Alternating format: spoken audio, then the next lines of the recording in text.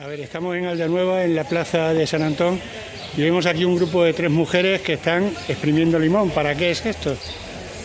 Para el refectorio del Cristo. ¿Pero que vaya a hacer una limonada? Una limonada con refrescos y dulces, se da luego al público.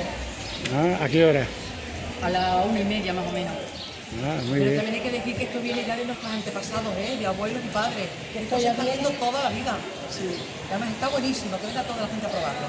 Aquí puede venir todo el mundo. ¿Sobre qué hora lo tendréis terminado vosotras?